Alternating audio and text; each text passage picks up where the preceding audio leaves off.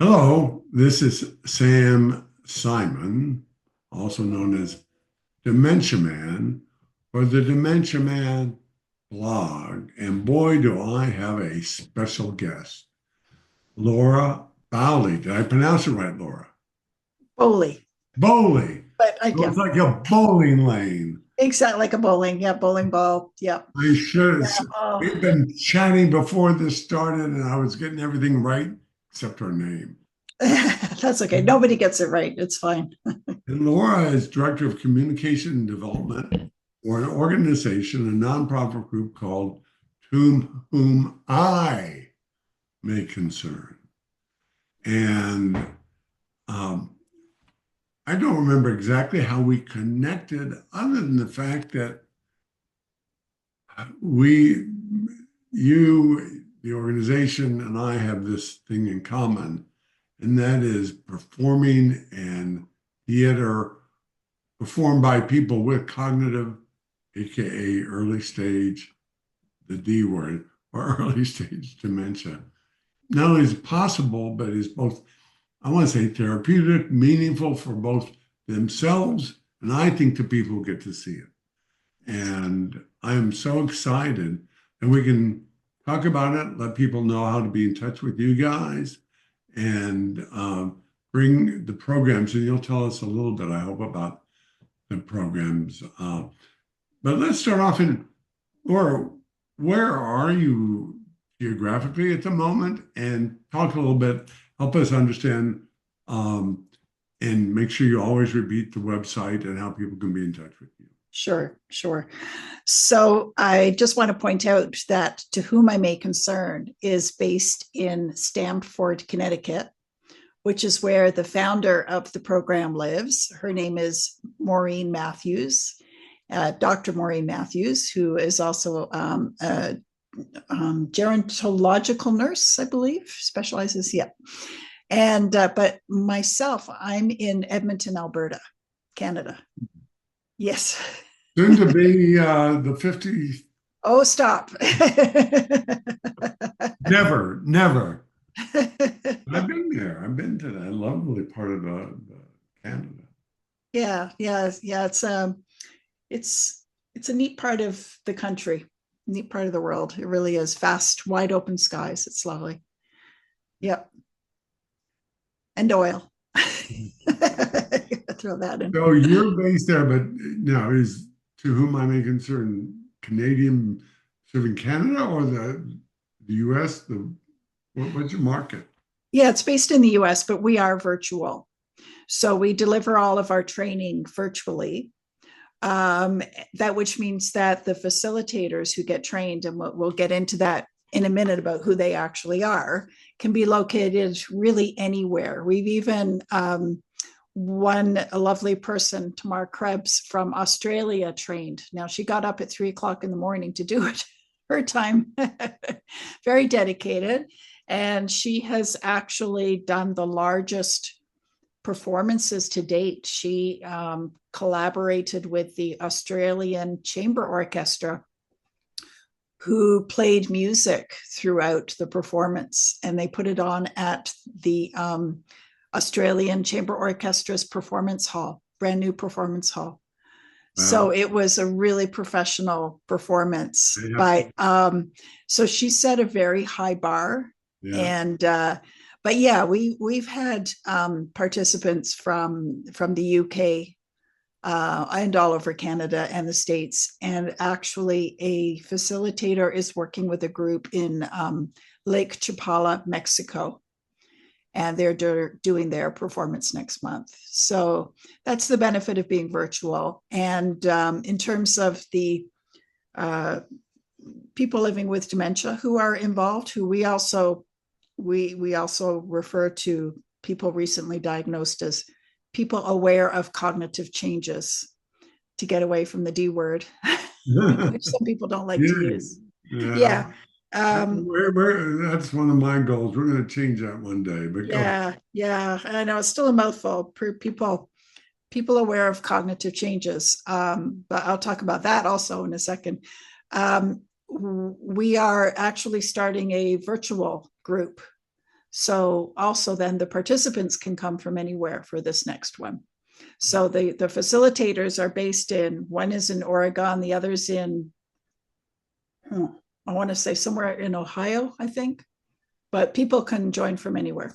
So yeah, so we're looking forward to that. So tell us a little bit, but the idea behind it and what it does, and then I want to talk a little bit too later about the underneath of the power of performance theater, and you know, I'm the unlikely. In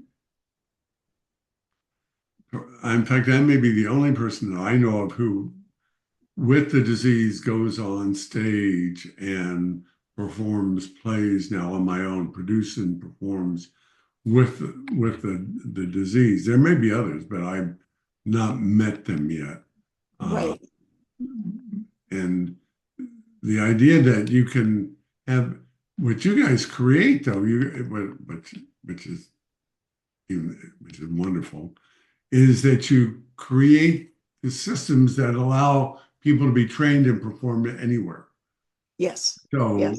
I'm trying to do all that by myself. No, Yes. or at least be, well, interviewing myself now. It it is my goal to inspire people to be as public as I can, that you too might be able to do this. And of course, and people know who know about Dementia Man know that my um, goal in part is to not only demystify, but get rid of the tragedy narrative that comes almost automatically. Oh, you have dementia. I'm so sorry. And we think end stage. Yeah. I think the natural end stage is the person in a room somewhere just staring into the sky, and that's not the case. Yeah. When I was diagnosed, the neurologist said 5 to 10, maybe 15 years before things get a lot worse. And that doesn't mean I don't have symptoms. And that doesn't mean, we, just to be clear, we've had to make significant life changes. The first thing they said is go to your accountants and your estate manager and get your signature off of anything that involves money, because you can write a check. They've seen people do terrible things, and I've had to double check so I can continue to drive. I'm going through a vocational rehabilitation program because I don't want to hurt anybody inadvertently, even though I can continue. They were comfortable with it. They said I should on long trips have somebody with me. So the journey is big, and I'm going to try to share just briefly the front page of your webpage. I don't usually do this, but I'm going to try it and see if this works. And let me just see if I share. I think I can do it. And there it is, right? Yep, that's it. Yeah. Yeah. It can be lonely. It gives people, to whom I may concern, gives people with dementia a voice and a sense of being part of something bigger, a chance to belong during time when it feels adrift. I just love it. And I'll come down here, then I'm going to stop sharing. We have you in real time. Yeah. But I didn't know about it, so I'm not sure how widely known you are. But go ahead and tell us a little bit more about the process and the theory behind it, and then we can talk some more. Sure. I'll go to the theory behind it. Sam, you hit on some really important aspects of your own messaging and how it aligns with to whom I may concern. What we are really trying to do is to amplify the experience of the early stages of dementia, because as you said, when somebody says, oh, I've been diagnosed with Alzheimer's, other people think automatically about the end stage and what that looks like.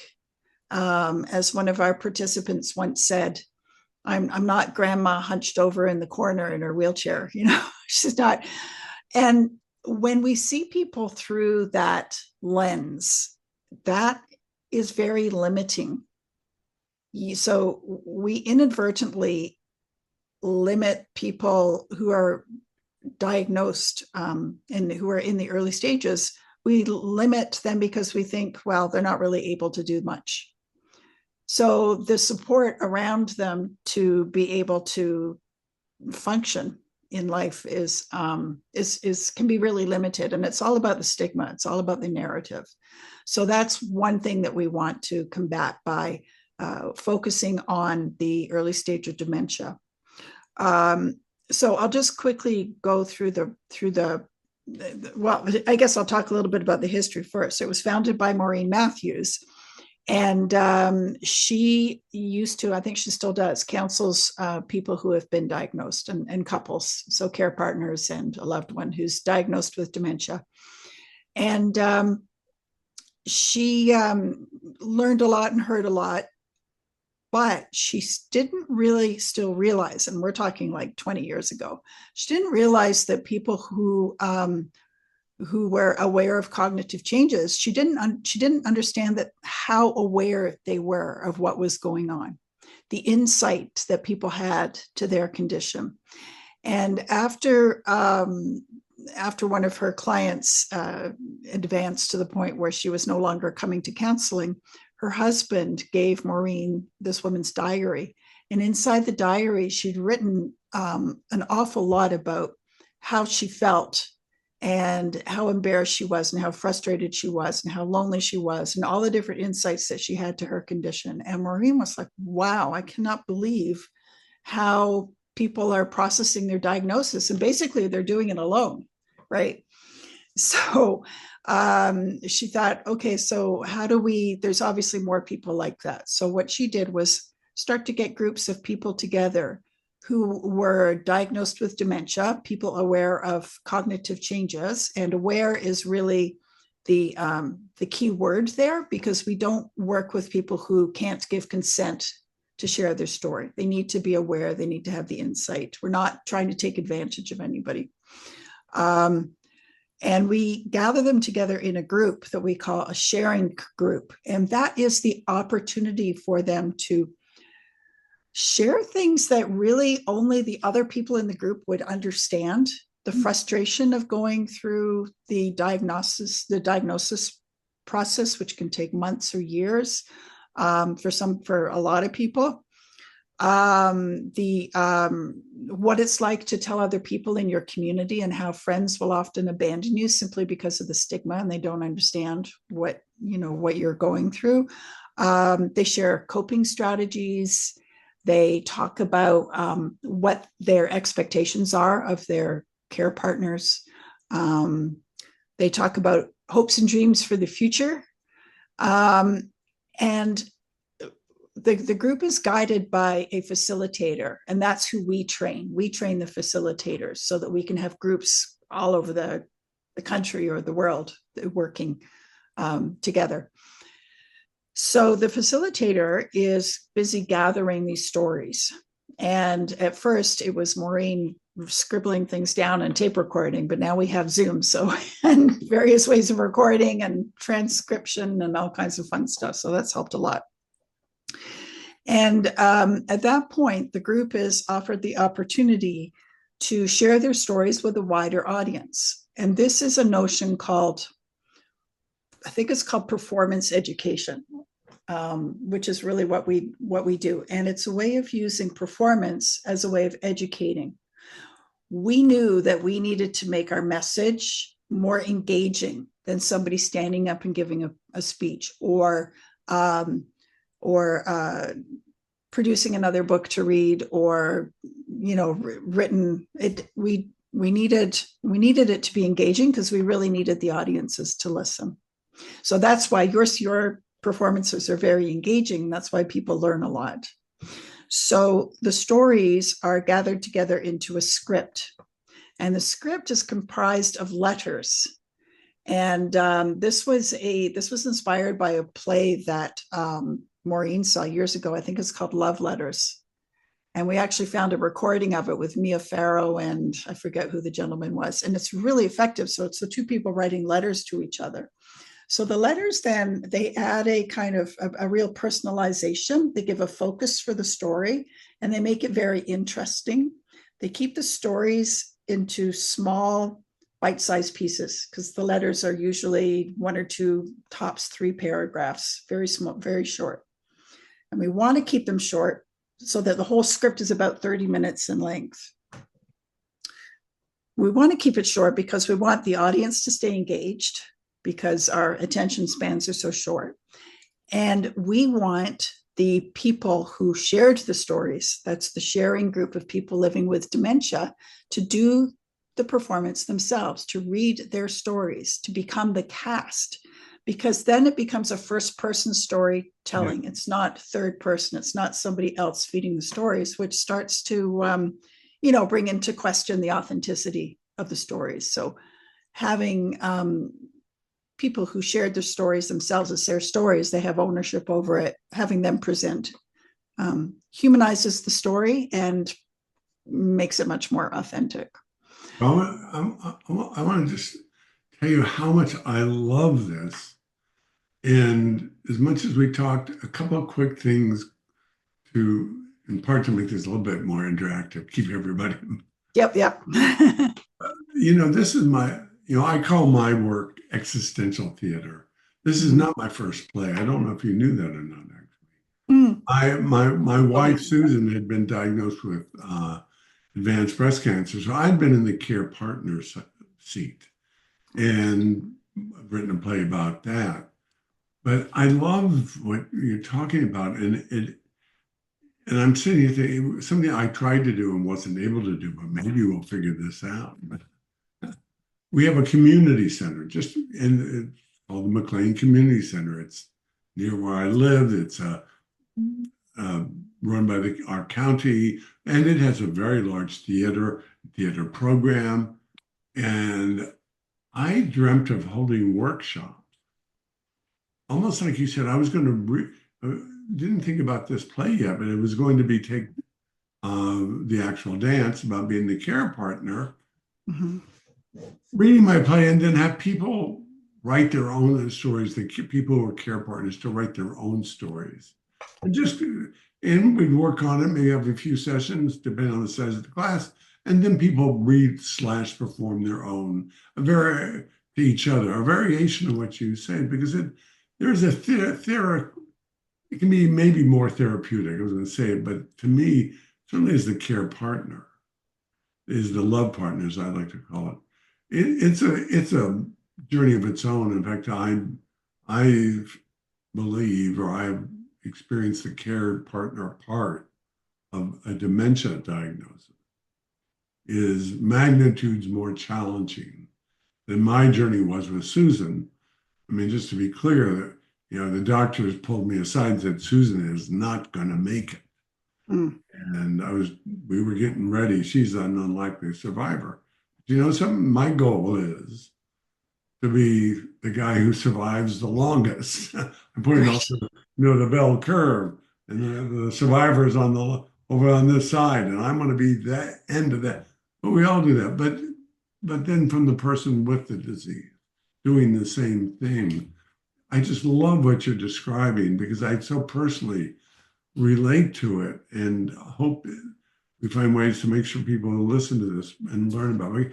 But talk a little bit more about that, and because I do want to talk a little bit about the truth of what you talk about and describe of those of us who have, but from both sides of it, by the way, from both being the care partner, the love partner, and the person with the disease.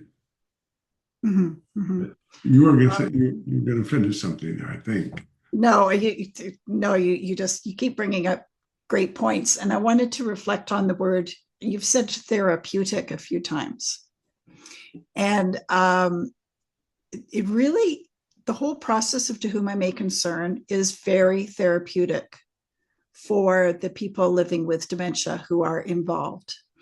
Quite often, the people who are involved, it's the first time that they get to talk about their diagnosis. It's the first time that they really talk with anybody about about their experience. Usually, it's something to be hidden and not talked about. So it it returns the process of talking with people and seeing their reaction to your words returns what's called narrative agency to people. And dementia takes away narrative agency. That is ownership over your own story.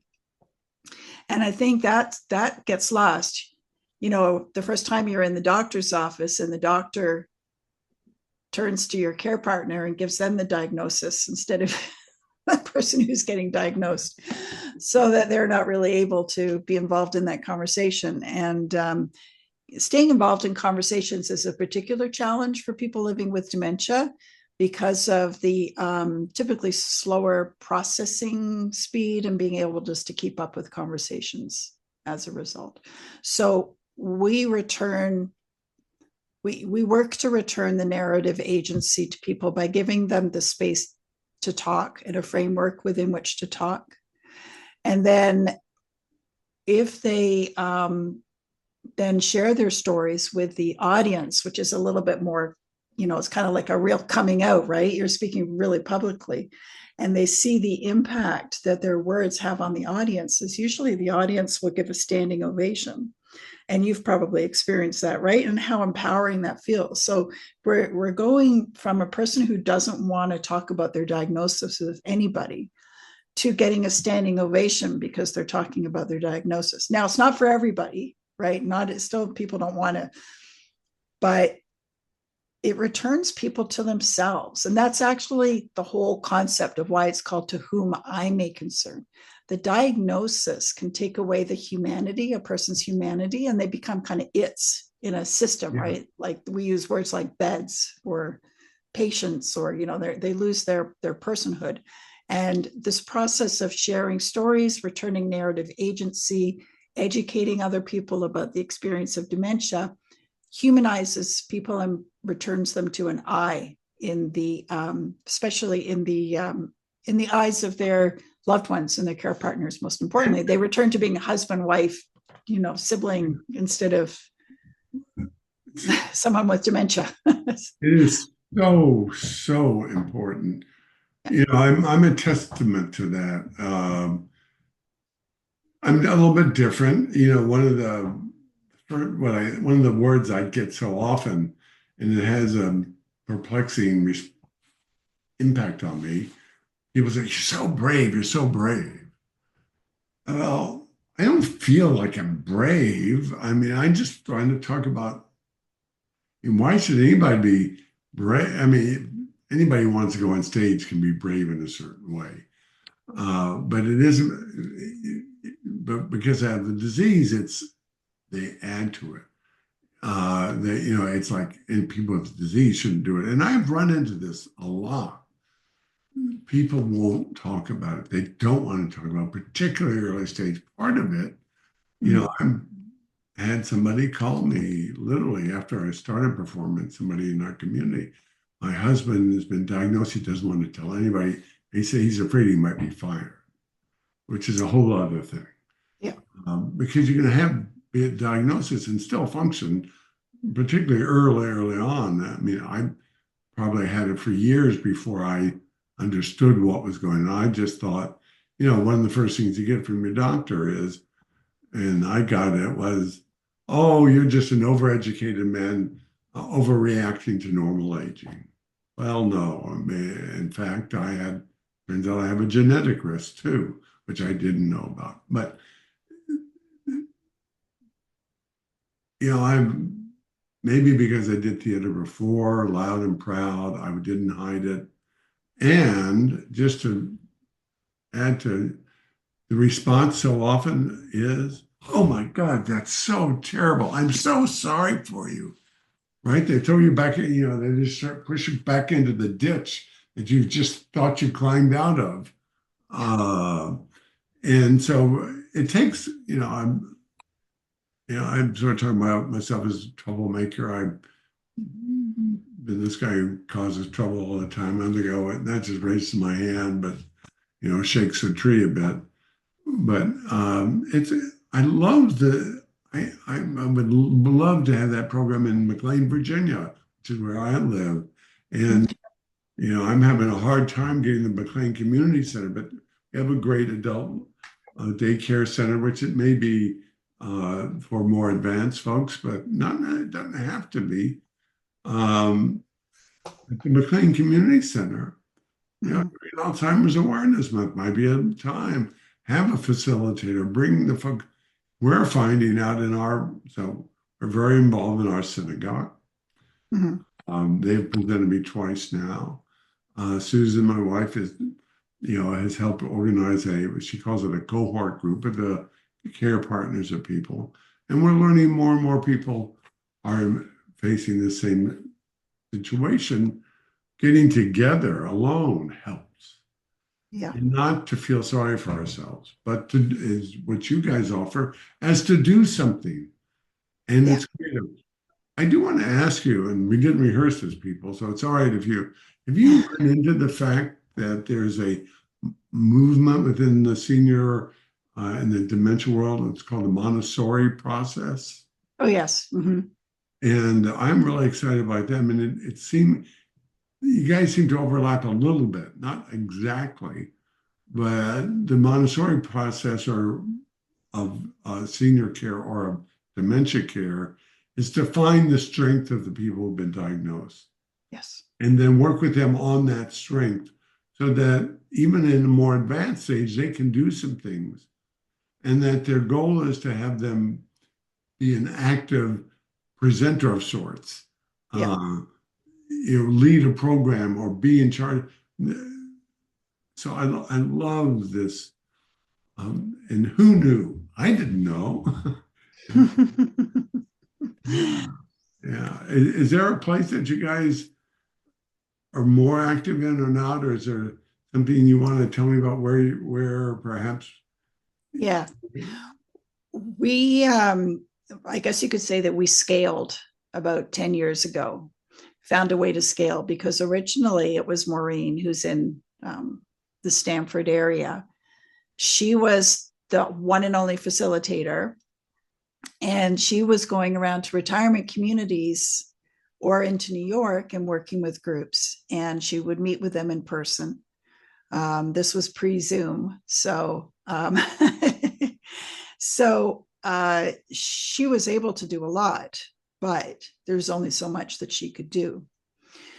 So we put together the training program and we piloted it at a retirement community in Toronto, Ontario. And it went very well. And they trained, usually we end up training about like 8 facilitators, but maybe only 4 will end up leading a group or guiding a group.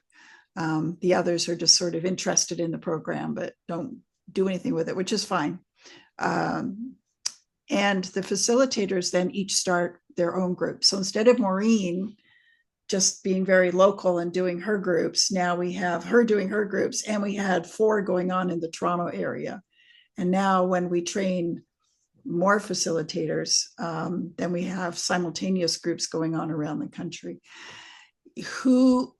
So you asked who are our customers, and I like to say customers are the people who pay the bills.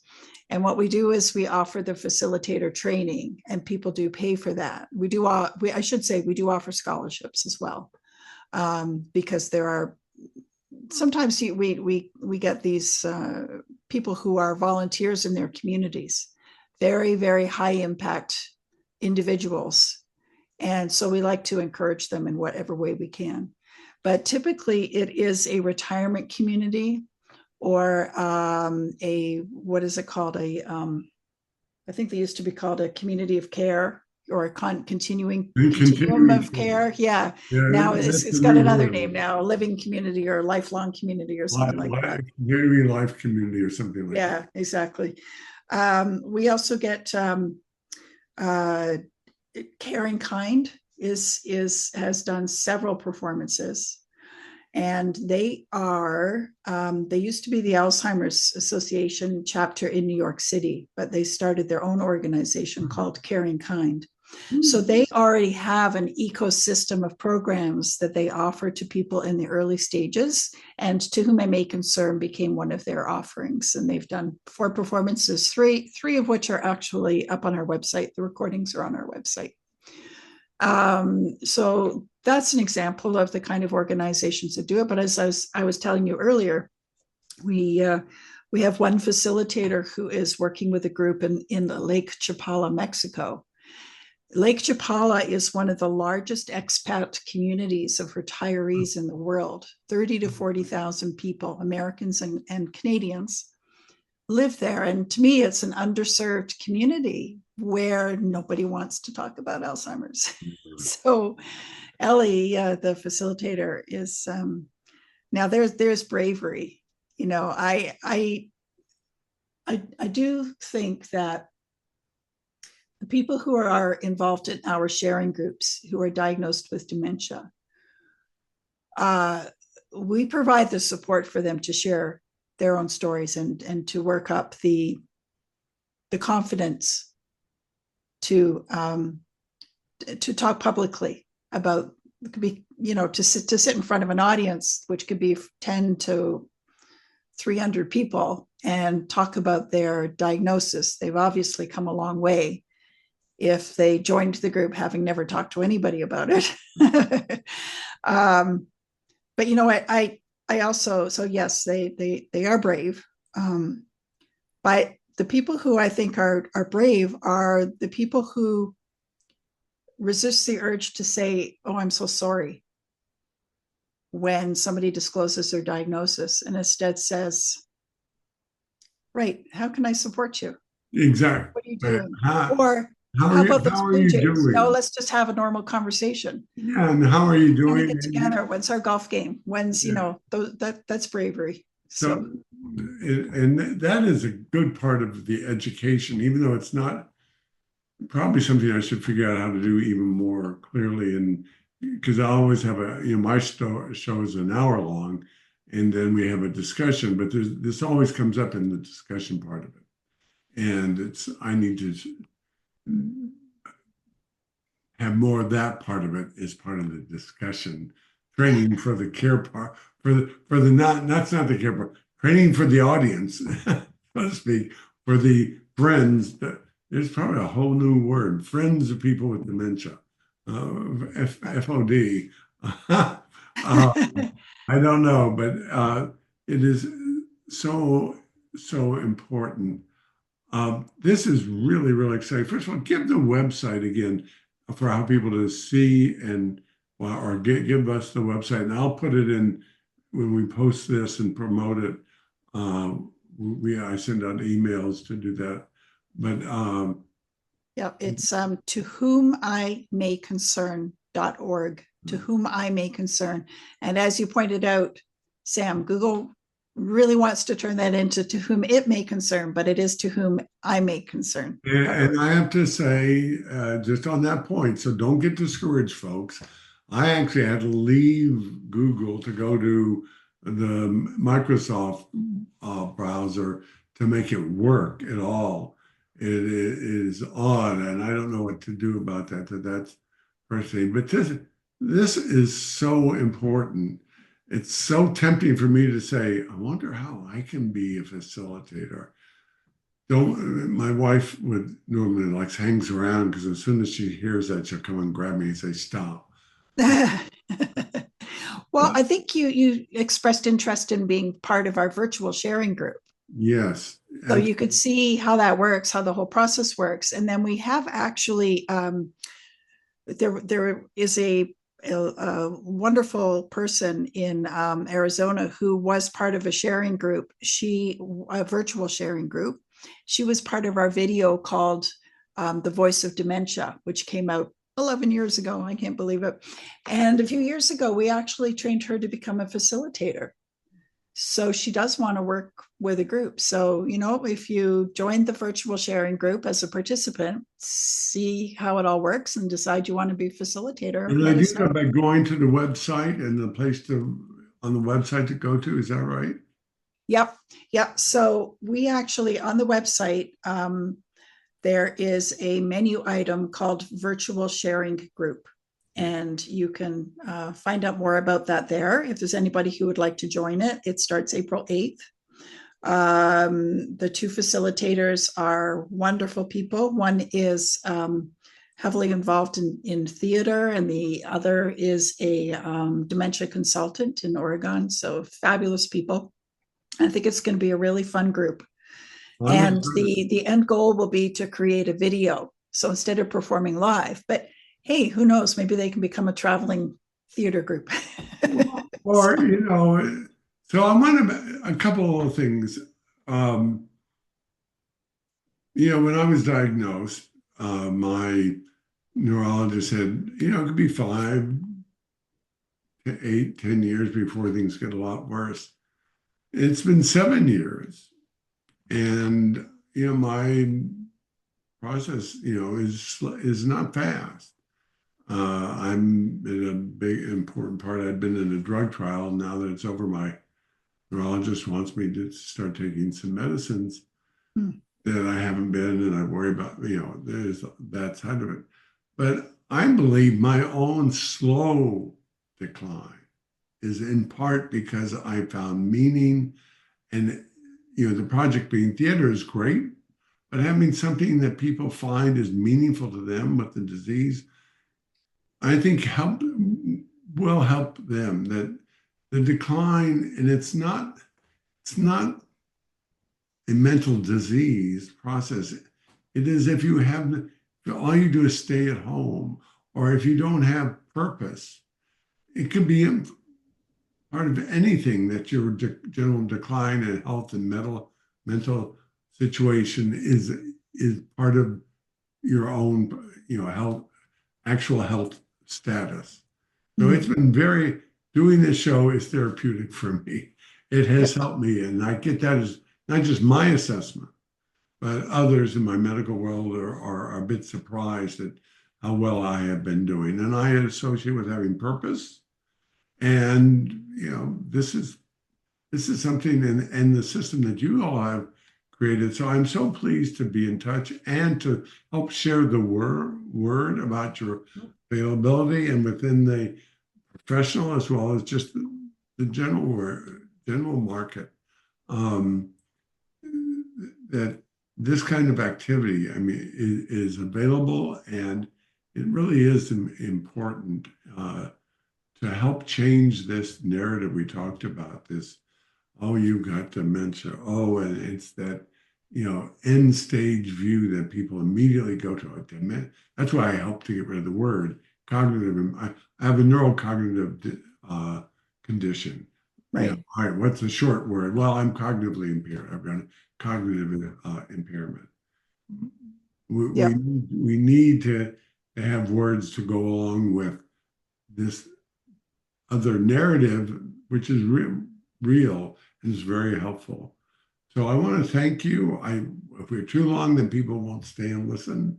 Is there anything else you would like people to know about the program at all right now? Um, if anybody has been recently diagnosed and is interested in the program, I really hope that you'll reach out to us so that we can match you up with a group, get you involved, because you're absolutely right, Sam.